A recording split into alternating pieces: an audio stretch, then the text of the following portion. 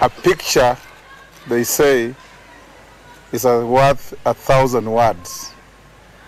And standing here before you is the NASA team, the principals, as intact, as solid, as committed, as focused as ever. We come here to assure Kenyans that in a struggle, there is strategy, there is tact, and you don't unleash all your heavy weapons at the same target at the same time.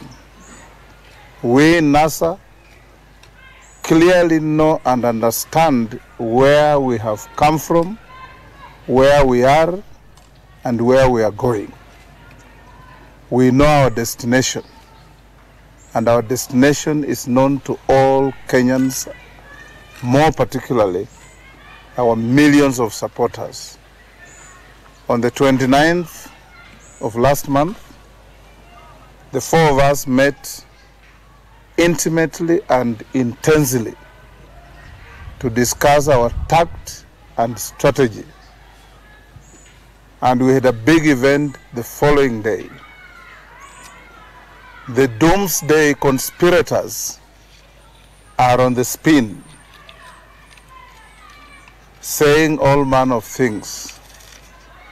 We, as the principals of NASA, do not have an official spokesman other than ourselves.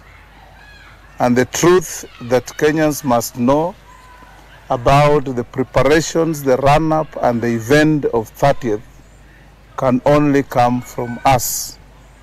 Indeed, our president at Uhuru Park made it very clear the reasons why the three of us were tactfully not there, and the strategy that we have put in place, and he told you that more will come. We want to tell Kenyans and our supporters in particular, Musife Moyo. Our moving target is called Jubilee. Our moving target is not internal. Our moving target is not NASA. We are not going to expend any ounce of energy or brain power on internal squabbles.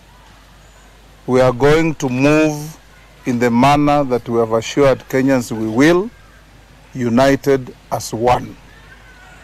And that is the only way. And you can see now Jubilee is busy pressing every panic button in their reach. Today they have written to our Principal Musalia, to our Deputy President Kalonzo, withdrawing their legitimately and lawfully licensed personal weapons for personal security. They have done the same to many of our members who happen to be licensed in that regard. We have said, and we want to repeat as I finish so that Mheshimiwa Musalia can speak. We shall not be cowed. We shall not be intimidated. We shall not be divided. We shall not be scattered. And we shall not be defeated. Because victory is in sight and we are headed there. So Kenyans, rest assured, you are hearing from the horses' mouths. And any spokesmen and spokeswomen purporting to speak for me, for Kalonzo, for our president, for Musalia, are impostors. It is us who will tell you the truth, and the truth is this picture here. Thank you. Thank you. First of all, let me just confirm what Senator Wetangula has said, that indeed I'm one of the recipients of a letter withdrawing and cancelling and revoking the license for a fired a licensed firearm holder. It may be good for people to know that I've held this since 1993, and at no time have I used it in any incident whatsoever. Now, the second point I just want to reiterate is that NASA, as a coalition, has maintained and clearly stated its objectives. These objectives remain to seek electoral justice, to ensure the independence of the judiciary and other independent institutions like the police. We have also maintained that we want to consolidate devolution, and indeed, we also want to have Kenyans dialogue and subsequently make recommendations on the need to review some aspects of our constitutional arrangements. This we have stated.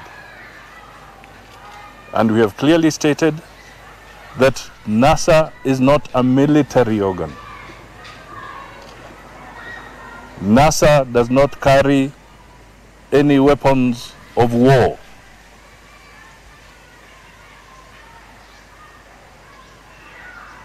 And it is this principle that we have maintained all along. There are going to be challenges along the way. We shall have to be tactful in the way we approach those challenges. It does not make sense for vilification.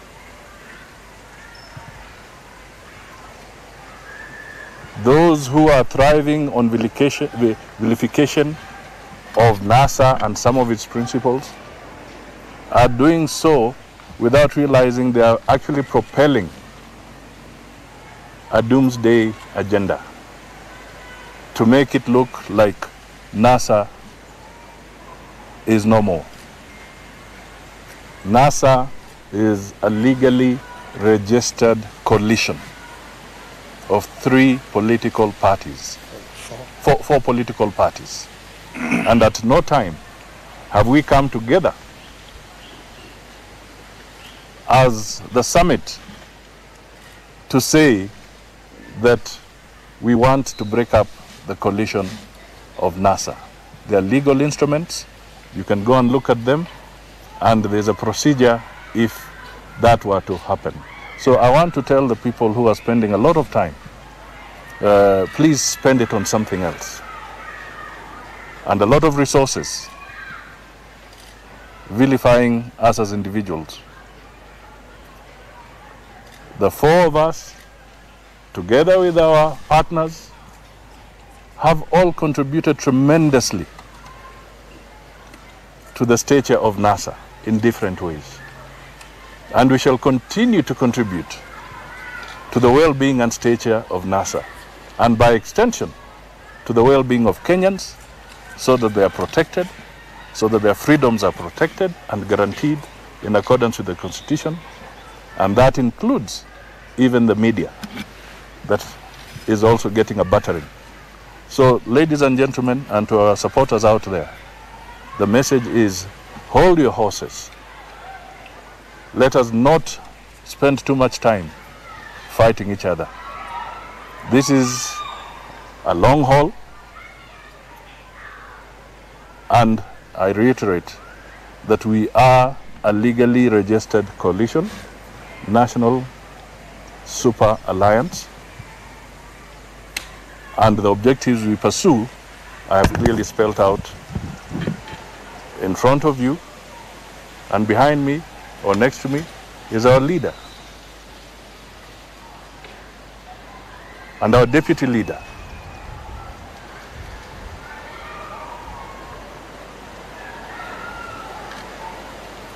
The election was there. There are challenges to it. We seek electoral justice.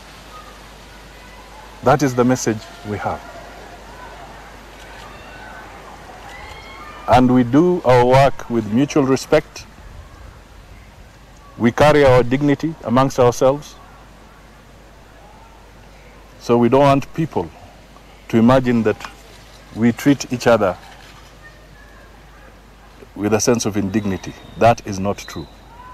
So ladies and gentlemen, it's now my honor to request Honorable Stephen Kalonzo to come forward. Thank you. Well, ladies and gentlemen, Tuesday, the 30th of January, it's a very historic day.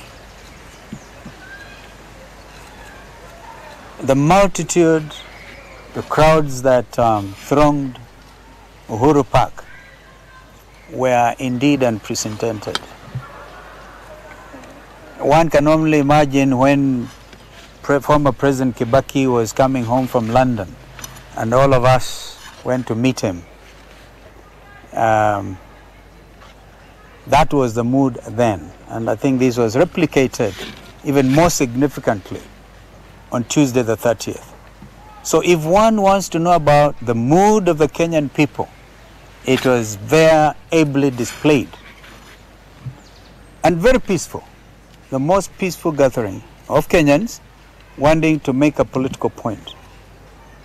So I want to say that we stand with the Kenyan people, with our brother, Raila Odinga, and we intend to see these matters to their logical conclusion.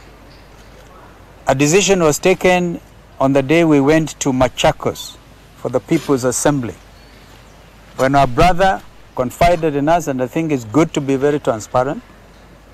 We all know what you're dealing with. We are aware of the attendant political risks and even risks to our own lives and families. And our brother Raila Odinga offered to say, you are my deputy, but I want to start this thing.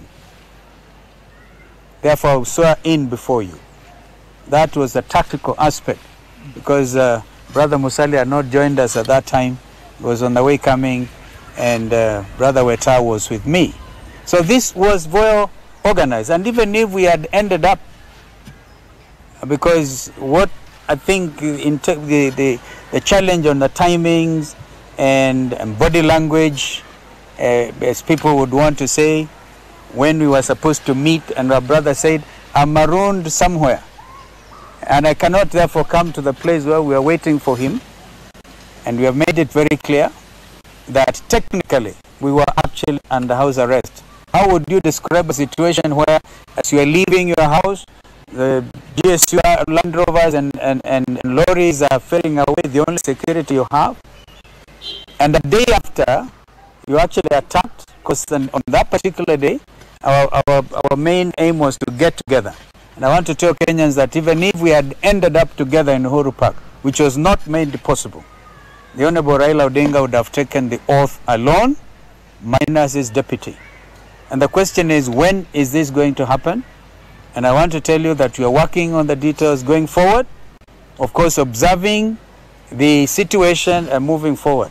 But I want to reiterate what my brothers have said here, that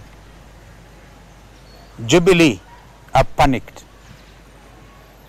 I own a firearm, and when we were meeting here, a letter was delivered to the gate. Imagine, on the 30th, your security is withdrawn. The following day, you are not even petrol bombed, because now it is becoming clear who was responsible in trying to throw that hand grenade. And that it landed, they wanted it to land, the effect would have been catastrophic. But the good Lord saved us. In fact, people have been sending me a Bible verse at Isaiah 54, at verse 17, that no weapon that is fashioned against you shall prosper. This one did not prosper. Not even the 2 bullets fired out of an AK-47 rifle. And people can still say,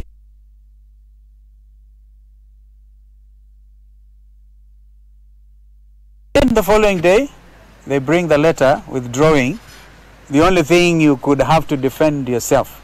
So the intentions are clear. Intimidation, lack of respect, because even if you want to say Raila Odinga was not validly sworn in as the President of Kenya. You cannot deny the fact that he's a former Prime Minister and is entitled to everything that has to do with that office. But the Kenyan people have spoken, and we are here to tell you we are standing together. We will not therefore accept any intimidation. I want to join my colleagues in saying we have watched debate on the social media, one NASA member against another NASA member, a NASA member of parliament attacking a summit member. I think we now must call our troops to order and ask that we refocus. We remain focused, we remain united, because the journey to Canaan is still a valid journey. And so the pretenders after the throne are panicked, and they are saying all manner of things. We would have expected IEBC to contradict the results that we gave, showing exactly what happened at every polling station. Out of the 40,883 of them, every KIMS kit that was used, the results announced, and clearly the evidence is all there for us to see. So I think one thing which is clear to Kenyans, and I believe the international community, is that there's no doubt in anybody's mind whatsoever who won the election on the 8th of August. And of course, you maintain that was what was announced was the declaration of the winner that time, not the results themselves. So this is what we wanted to say. Na tuseme na asante sana, watu wengi wamenipigia simu kutupa pole kwa sababu ya uvamizi ambao ulifanyika juzi usiku wa kuamkia jana. Wakaja wapelelezi, experts wa bomb disposal, mkuu wa CID eneo hili la Nairobi, even the police spokesman himself, and you can still end up with, unaona watu wengine wakisema fabricated a fabricated story. I will not be surprised if they say it was an internal thing ya NASA. That is the next thing they probably want to say, and they send on 411 information to the effect that yeah, we have got some suspects. We want no stand. I mean, they keep on saying we will leave no stone unturned. So let us hope it can this time, especially when we remind ourselves about what happened to Jacob Juma, to Chris Musando. So as we call our troops to order, I reiterate what my brother Musalia said. We are a properly registered political movement, and one which is the largest, if not in the region, definitely in this country. And so we should not lose hope. We should not attack each other. I've seen on the same 411 people saying Kalonzo should retire honorably. This is a light one. How do you expect me to retire from politics so soon when we are just about to arrive? So it is clear. The best of NASA is yet to happen. My brother Raila Odinga, Karibu, declared our president. And again, if you want to, and I want to know, I know that there's nobody who can arrest Raila Odinga. So stop harassing TJ Kajwang. In fact, watching that, although we didn't catch up with your brother, I'd probably be right in assuming he actually saw himself to office. Because we are aware of some of these tactics. If you want to charge Kajwang for properly being galaded as an advocate of the High Court, you can go ahead and do so. So he's not supposed to wear his garments. But if you say you want to charge him with swearing Raila Odinga, he didn't do that. And so, but the truth is, the people saw him in. Mheshimiwa Raila Amolo Odinga. Thank you. Thank you. Ladies and gentlemen of the press, we did promise the people of Kenya that we are going to issue a statement on the way forward after the swearing in. this press statement today is not that statement. The statement is going to be issued tomorrow. So I want that just for clarity to be known that we are going to issue a comprehensive press statement through our technical team as the way forward following the swearing in on Tuesday, the 30th of January, sorry. But ladies and gentlemen, look at this. The attack on the media, the arbitrary arrests of individuals, intimidation of the judiciary, divide and rule tactics. KANU is back. KANU is back, the force, and by a new name that we must fight. We fought for a long time to give this country a new constitution in 2010. That new constitution, together with all the freedoms that it entails, is under serious attack right now.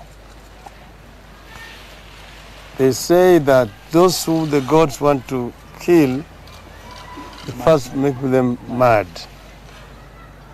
You can see that the Jubilee regime is certainly mad.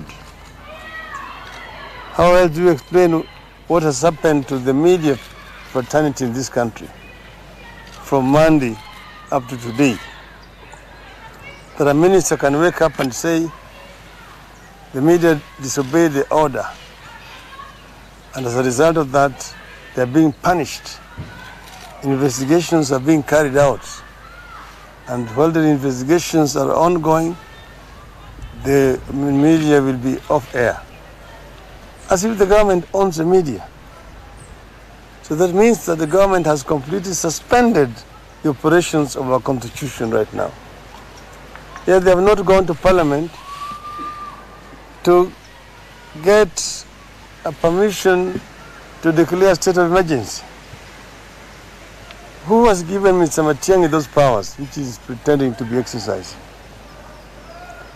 Either we are living under this constitution or we don't, and we can go each one of us our own different ways. We can go different ways, and there's no need to have a government. If the government itself is going to disobey, violate its own laws and the constitution. We did, on the other Friday, produce detailed account of how Kenyans voted on the 8th of August. I can swear by the Bible that what we gave are the authentic results of elections of 8th of August. Took time to get that information. But that is the authentic information how Kenyans voted. And it shows clearly that we won those elections. And Jubilee lost. So we are not going to accept to be dictated by Jubilee, whom we beat in an election. What they did was to force the IEBC to declare fraudulent election results. Therefore, I can speak without fear of contradiction. That's why I'm speaking with a lot of energy and conviction that I won the elections. This pair on the 8th of August. And that's the reason why I was able to stand between that huge multitude of Kenyans and hold the Bible. I'm doing it not because I'm mad. I'm not a megalomaniac. I'm a very reasonable Kenyan. And I'm talking out of conviction that I won the elections. And every Kenyan knows that majority of Kenyans did not vote on the 26th of October. The few who voted are known. They know themselves.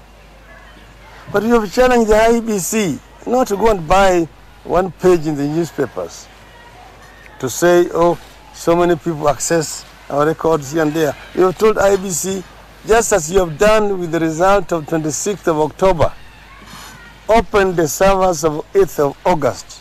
Show Kenyans. Contradict that information.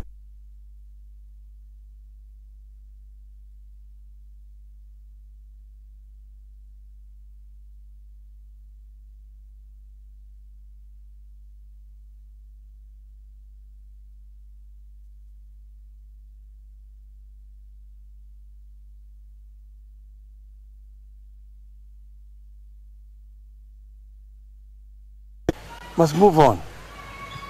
Jubilee is now arresting people and taking them to court to charge them. They're threatening people with treason or whatever, all these kind of things. We want Jubilee to accept that they lost the elections. And we are going to show you the way forward, how we are going to move until the end tomorrow. So that day was a day of swearing in. And I have my colleagues here with me. First, I want to say apology to my brother Stephen Kalonzo for the attack which was done in his compound against his family. My brother here has got a sick wife who is ambulant in the house. Imagine the kind of shock that such a person receives when a grenade is thrown into the compound and bullets are fired in the compound. The police have said that they are on the track to get these people. Then they know them. If the police spokesman says that they have identified these people, they know them. They must also have known where they came from. Let it not be like that of Jacob Juma or Musandu, where you keep on telling Kenyans, oh, we are going to leave no stones unturned, and the stones are still unturned 2 years later, the case of Jacob Juma. We are going to remain together as NASA, as you can see us here. We are here as NASA, and the so-called division in NASA, which in the media is an invention of the media. I did say that day to the public that these three gentlemen were not there and that they're going to explain to the people why they were not there. That was the purpose of this press conference, which they have explained why they were not there on that particular day. But I also said that we are together in spite of themselves not being there on that day, and also said that Kalonzo will take an oath at a different time. So I confirmed what I said on that particular day, that is the situation as it is, and that the war is not intra-NASA. The enemy is known to all our people, and that is where all our guns should be trained towards. We shall remain united, and as I've said, tomorrow we will receive a more comprehensive statement. Thank you very much.